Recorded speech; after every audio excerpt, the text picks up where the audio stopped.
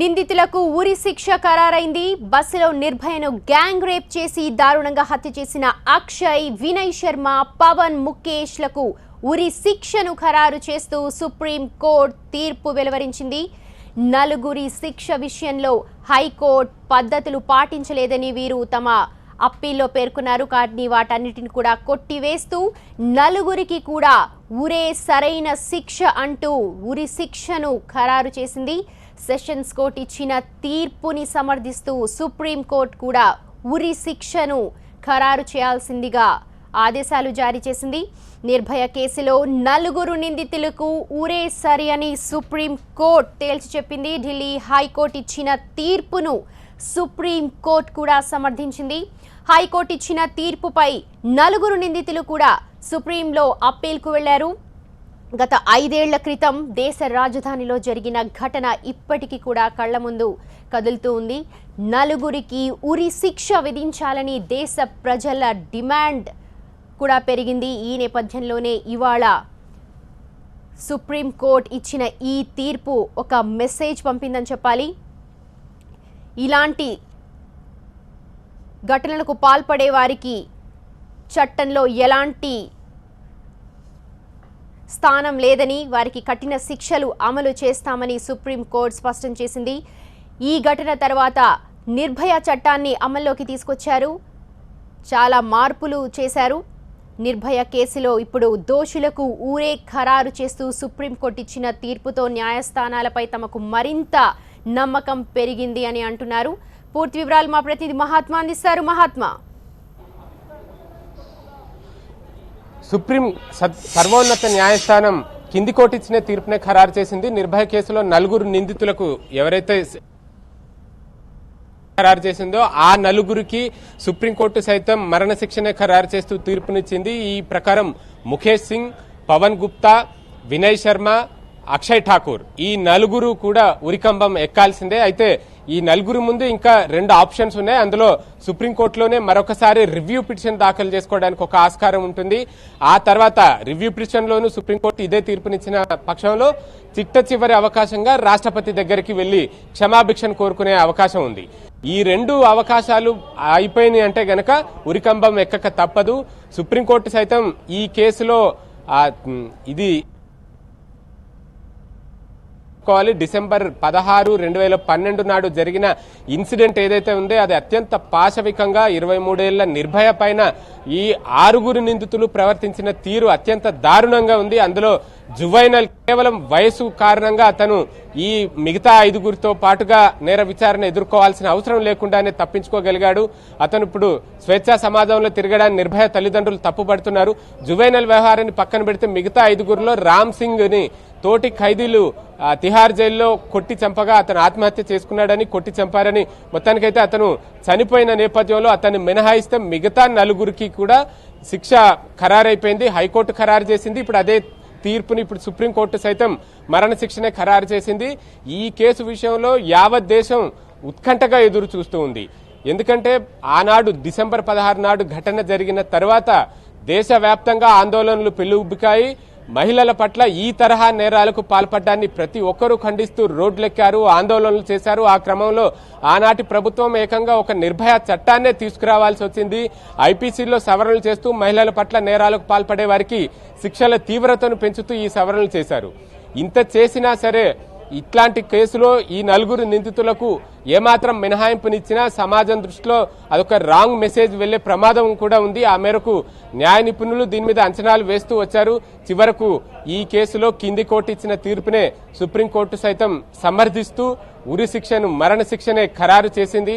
ఈ క్రమంలో ఈ 4 నిందితులకు ఉన్న చివరి 2 ఆప్షన్స్ ను వినియోగించుకునే వెసులుబాటు అయితే ఉంది. రివ్యూ పిటిషను, రాష్ట్రపతి క్షమాభిక్ష. ఆ 2 కూడా పూర్తయినాయంటే ఉరికంబం ఎక్కక తప్పదు. ఈ తీర్పు పట్ల దేశవ్యాప్తంగా కూడా ఈ తీర్పును స్వాగతిస్తున్నారు. ముఖ్యంగా నిర్భయ తల్లిదండ్రులు స్వాగతిస్తున్నారు. మహిళా సంఘాలు, ప్రజా సంఘాలు ఆనాడు ఆందోళనలో పాల్పంచుకున్న ప్రతి ఒక్కరూ కూడా ఈ తీర్పును స్వాగతిస్తున్నారు. అయితే అందరిలోనూ ఉన్న ఒకే ఒక్క అసంతృప్తి, నిర్భయ తల్లిదండ్రులు వ్యక్తం చేస్తున్న ఒకే ఒక్క అసంతృప్తి జువైనల్ తప్పించుకోవడం. ఆ జువైనల్ అయితే ఇప్పుడున్న చట్టాల ప్రకారం ఏమీ చేయలేని పరిస్థితి. కొత్తగా చట్టాలు తీసుకొచ్చినా సరే అవి ఆ చట్టాన్ని తీసుకొచ్చిన తేదీ నుంచి తర్వాత జరిగే నేరాలకే అప్లై చేయగలుగుతారు తప్ప అంతకంటే ముందు జరిగిన నేరాలకు అప్లై చేయడానికి ఆస్కారం లేదు. కాబట్టి ఆ జువైనల్ విషయంలో ఇక చేయడానికి ఏమీ లేదు. అదొక్క అసంతృప్తే నిర్భయ తల్లిదండ్రుల్ని, మిగతా మహిళా సంఘాలని, ప్రజా సంఘాలని ఈ నలుగురికి ఉరి శిక్ష ఖరారు చేస్తూ సుప్రీంకోర్టు ఇచ్చిన తీర్పుని ప్రతి ఒక్కరు కూడా హర్షిస్తున్నారు. అయితే ఇప్పటికే 4.5 ఏళ్ల కాలయాపన జరిగిపోయింది.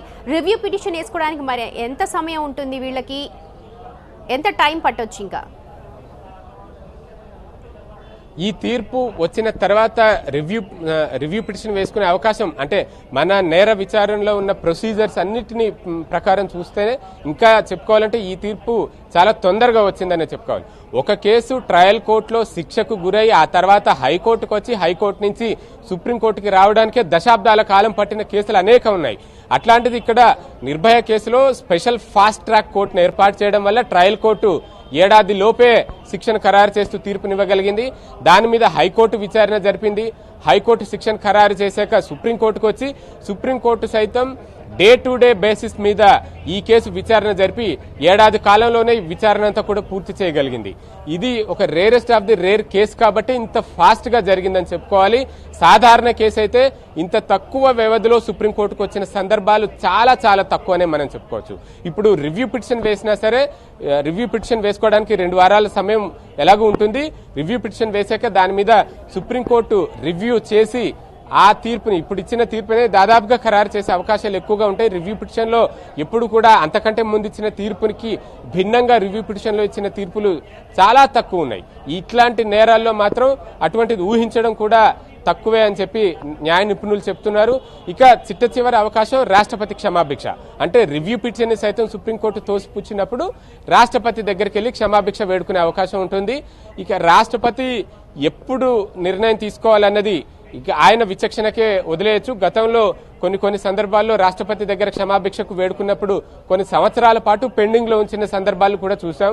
ఇప్పుడు ఇది రాష్ట్రపతి దగ్గరికి వెళ్ళాక ఆయన ఎంత వేగంగా వీటి మీద నిర్ణయం తీసుకుంటారన్న దాన్ని బట్టి, ఎందుకంటే ప్రణబ్ ముఖర్జీ రాష్ట్రపతిగా ఉన్నప్పుడు ఆయన దగ్గర ఉన్న క్షమాభిక్ష పిటిషన్లు అన్నింటినీ కూడా సత్వరంగా వేగవంతంగా నిర్ణయం తీసుకున్నారు.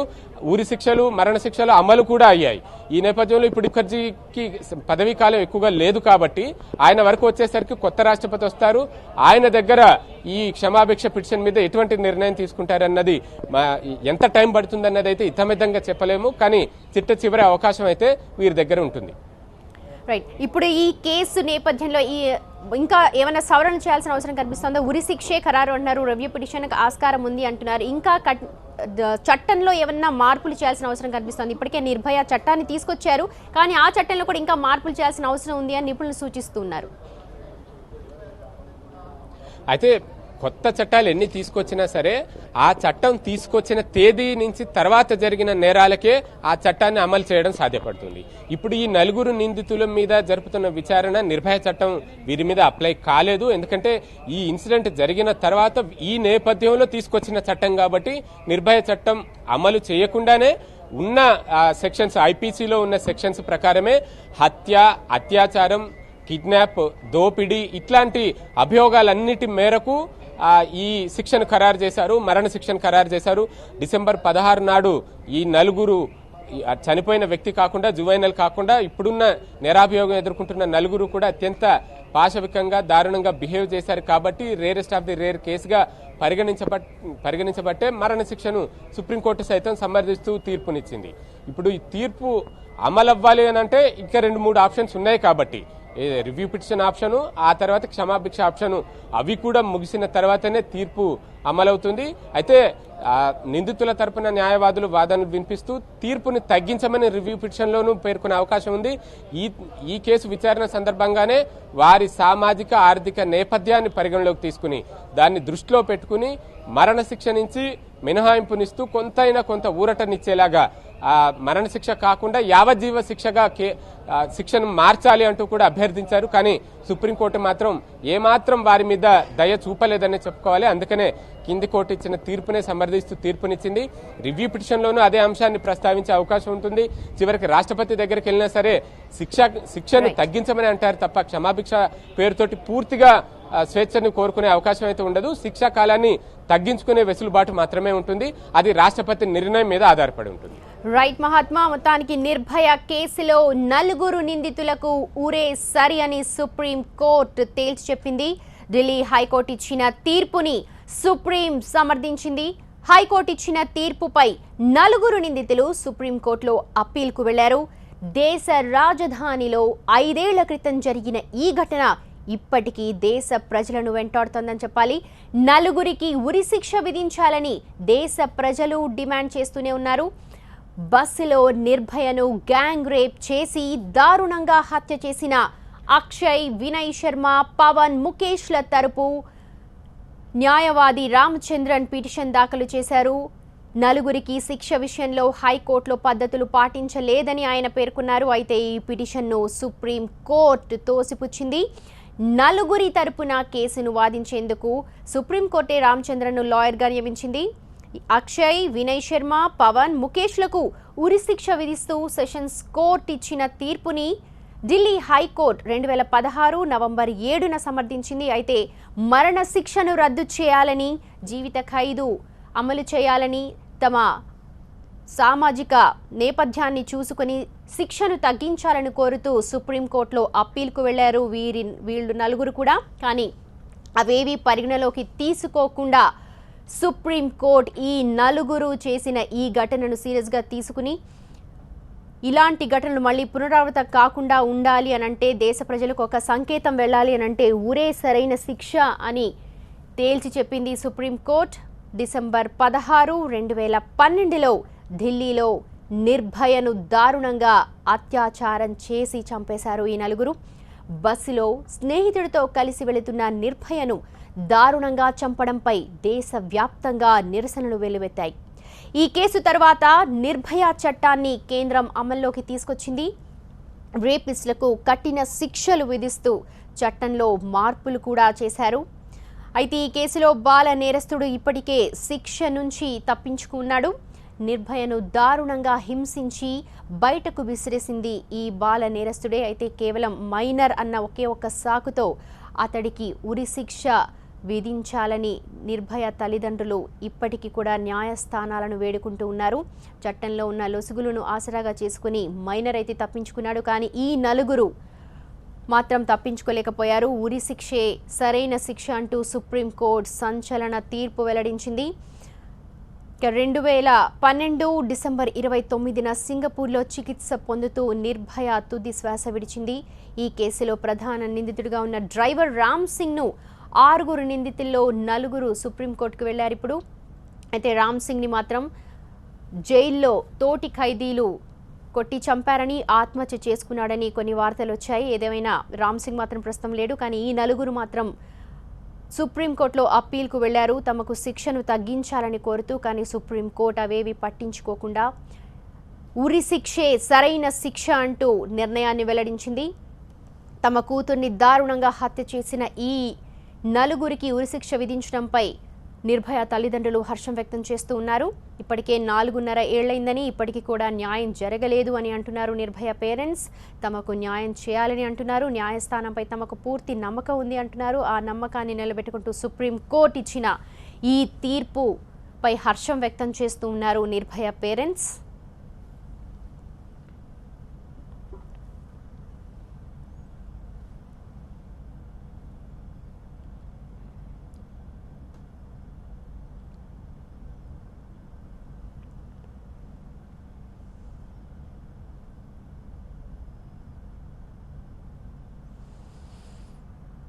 నిర్భయ కేసులో 4 నిందితులకు ఉరి శిక్ష సరైన శిక్ష అని సుప్రీంకోర్టు తేల్చి చెప్పింది. ఢిల్లీ హైకోర్టు ఇచ్చిన తీర్పుని సుప్రీంకోర్టు సమర్థించింది. హైకోర్టు ఇచ్చిన తీర్పుపై ఈ 4 నిందితులు సుప్రీంకోర్టులో అప్పీల్కు వెళ్లారు. దేశ రాజధానిలో 5 ఏళ్ల క్రితం సంచలన ఘటన జరిగింది. ఇప్పటికీ కూడా దేశ ప్రజల కళ్ల ముందు కదలాడుతోంది, వెంటాడుతోంది. ఈ 4కి ఉరిశిక్ష విధించాలని దేశ ప్రజలు డిమాండ్ చేస్తూ ఉన్నారు.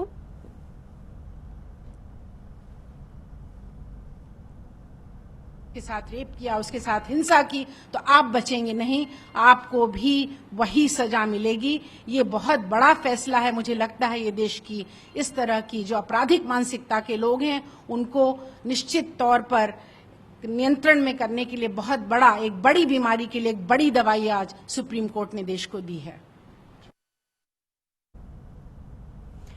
పీఓడబ్ల్యూ అధ్యక్షురాలు సంధ్య ఉన్నారు మనతో మాట్లాడడానికి. సంధ్య గారు, సుప్రీంకోర్టు తీసుకున్న ఈ నిర్ణయం హర్షదాయం. ఇలాంటి ఘటనలు జరగకుండా ఉండాలని మాట్లాడుకుంటున్నాం, కానీ చట్టం చేసిన తర్వాత మరిన్ని ఘటనలు వస్తూ ఉన్నాయి. మీరేం చెప్తారు? సుప్రీంకోర్టు ఒక నిర్ణయం కింద కోర్టు ఏదైతే ఖరారు చేసిందో దాన్ని తీసుకుంటాం.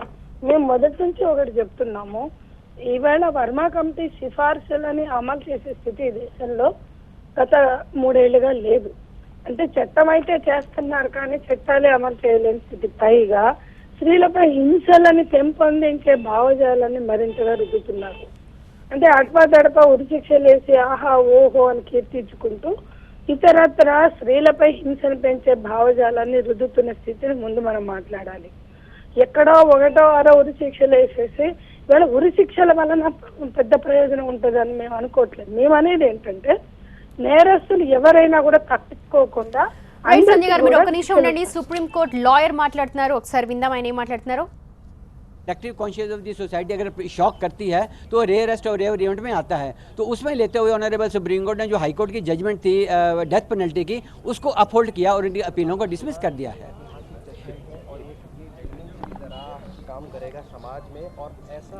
Right, rarest of the rare కేసుగా పరిగణలోకి తీసుకుని సుప్రీం కోర్టు కింద కోర్టు ఏదైతే శిక్ష విధించిందో దాన్నే అమలు చేసిందని చెప్పి లాయర్ అంటున్నారు. సంధ్య గారు, ఉరి శిక్షల వల్ల లాభం ఉండదు అని అంటారా? రేరెస్ట్ ఆఫ్ రేర్ కేసులు అని చెప్తూ ఎక్కడో ఒకటి అరా ఇట్లా ఉరిశిక్షల వలన ఉపయోగం ఉండదండి. ఎందుకంటే ప్రపంచంలో ఉరిశిక్షలు లేని చోట, లేని దేశాల్లోనే స్త్రీలపై హింసను నిరోధించగలిగారు. ఉరిశిక్షలు ఉన్న దేశాల్లో ఎక్కడా కూడా హింస తగ్గినట్లు మనకి దాఖలాలు లేవు. ఎందుకంటే స్త్రీలపై హింస తప్పు అనే భావజాలం ఉన్న చోటే శిక్షలు లేకపోయినా, ఉరిశిక్షలు లాంటి మరణ శిక్షలు లేకపోయినా స్త్రీలపై హింసని వ్యతిరేకించేటువంటి భావజాలం ఎక్కడైతే ఉందో, అంటే ఆమె కన్సెంట్ లేకుండా ఆమె ఒంటి మీద చేయి వేయొద్దు అని ఎక్కడైతే కల్పించగలిగారో అక్కడ మరణ శిక్షలు అవసరం లేకుండానే స్త్రీలపై హింసలు, నేరాలు, అత్యాచారాలని నిరోధించగలిగారు. ఆ వైపుగా ఆలోచించాలి అని మేము చెప్తున్నాం ఎప్పటి నుంచి. రైట్, అది చట్టాల్లో కిందకి రాదు. ప్రస్తుతం అయితే చట్ట పరిగణలోకి ఏదైనా తప్పు చేస్తే దానికి శిక్ష అమలు చేయడం మటుకే చట్టంలోది. అదంతా సోషలైజింగ్ లేకపోతే మన బ్రాటప్నెస్ లో ఉంటుంది, దాన్ని మనం క్వశ్చన్ చేయలేం. కానీ ఇప్పుడు ఏదైతే issue rarest of the rare కేసుగా ఇష్యూ తీసుకున్నారో ఇది కరెక్ట్ సంకేతం వెళ్తుంది అంటారా? అంటే గతంలో ఉరి శిక్షలు వేసినటువంటి ధనంజయ చటర్జీ అప్పుడు భారత ప్రభుత్వం ఏం ప్రకటించిందంటే, ఇక్కడ నుంచి ఇటువంటి అత్యాచారాలు చేయడానికి ఎవరికైనా ఇది హెచ్చరిక గుణపాఠం అన్నారు. ఆ తెల్లారే భారతదేశంలో 9 అత్యాచారాలు జరిగాయి. కాబట్టి ఉరిశిక్షల వలన భారతదేశంలో అత్యాచారాలు నిరోధిస్తాయనే నమ్మకం మాకు లేదు. రైట్ సంజయ్ గారు, నిందితుల తరపు వాదించిన న్యాయవాది మాట్లాడుతున్నారు, ఒకసారి విందాం. धज्जियां उड़ गई, जीने का अधिकार है, जो जीवन देता है वही जीवन ले सकता है. इस वक्त हमारे साथ बात करने के लिए केपी सिंह जी मौजूद हैं. इस वक्त हमारे साथ बात करने के लिए वकील केपी सिंह जी मौजूद हैं. अरे हटो ना, हो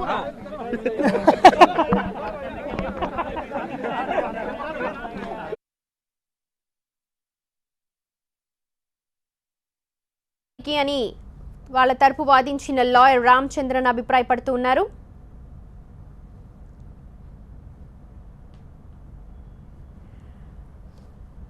బస్సులో నిర్భయను గ్యాంగ్ రేప్ చేసి దారుణంగా హత్య చేసిన అక్షయ్, వినయ్ శర్మ, పవన్, ముఖేష్ల తరపున సుప్రీంకోర్టులో లాయర్ రామచంద్రన్ మాట్లాడారు. अक्षय कुमार सिंह, विनय शर्मा और पवन गुप्ता के लिए रिव्यू फाइल करेंगे. लेकिन सर उन्होंने बोला कि समाज में मैसेज पहुंचना जरूरी है. समाज में मैसेज के लिए किसी को फांसी नहीं दे सकते. पनिशमेंट का अर्थ है, पनिशमेंट का मतलब है सुधार, उसे सुधारा जाए. महात्मा गांधी के सिद्धांत की तो धज्जियां उड़ गई. महात्मा गांधी जी ने कहा था नॉन वायलेंस, अहिंसा होनी चाहिए, अहिंसा है. ह्यूमन राइट्स की तो धज्जियां उड़ गई. जीने का अधिकार है, जो जीवन देता है वही जीवन ले सकता है. इस वक्त हमारे साथ बात करने के लिए केपी सिंह जी मौजूद हैं. इस वक्त हमारे साथ बात करने के लिए वकील केपी सिंह जी मौजूद हैं. अरे हटो ना, हो